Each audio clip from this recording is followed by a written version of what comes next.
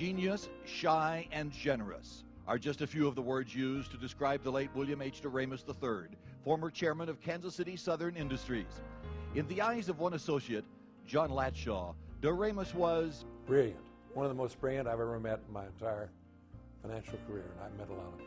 Deramus, a graduate of Harvard Law School, learned the railroad business at an early age under the tutelage of his father, who ran Kansas City Southern Railroad until he retired.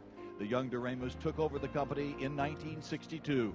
Bill was a tough guy who ran things lean, and he was a strong man, and Bill III, and he ran that railroad and made it profitable. Deramus made it profitable through upgrade, expansion, and diversification.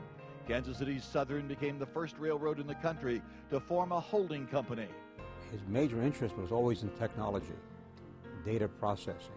The DST was formed because of his interest. He could take two disparate thoughts which seem totally unrelated and you'd never think of together, and put them together in a way. And an example was that he had developed for Kansas City Southern Railroad a really cutting-edge information technology capability. Using technology designed for tracking rail cars, Deramus believed the same technology could be revised to build a processing business. He formed DST Systems, which would become the largest information processor for the mutual fund industry. But he was thinking all the time about new things, and he was full of adventure. He loved to provide seed money or capital or other resources, human resources, to an idea that was being put forth by somebody. He bet a lot on people. Deramus invested as deeply in people as he did in the businesses he helped to grow. He certainly was a strong mentor and a strong leader, quiet in the background, person who really did not seek recognition for himself. Public opinion was never a concern of Bill Deramus. The great leader was a man of few words.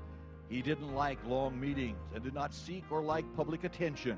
I remember another time he was being honored. They said all these nice things about him. They said, now we'd like to hear from Mr. Deramus. He gets up and grabs a microphone. He says, there's been too damn much said already. And he goes back to his seat. Deramus received numerous awards for his leadership, community involvement, and generosity. He was a person who very much believed in civic responsibility. I think he felt that over time this community had been very supportive of Kansas City Southern, the railroad, and its endeavors, and he clearly felt that corporations, and maybe Kansas City Southern in particular, had a responsibility to contribute back to that community. Deramus's personal interests were varied. He was a voracious reader and a fierce supporter of civic improvements and of the arts.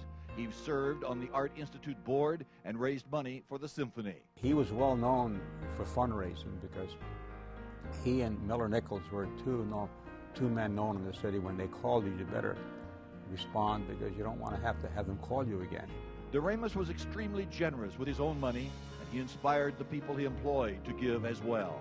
Bill really developed people that not only so that they began to use their talents effectively, but he also instilled in them a sense of community obligation and giving back that I think we continue to benefit from.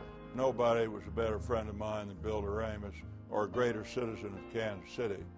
He had the strength of character, the vision. He had terrific vision. He generated a lot of terrific stories, but his legacies are much more permanent than stories. Kansas City Junior Achievement Business Hall of Fame laureate, William N. Deramus III.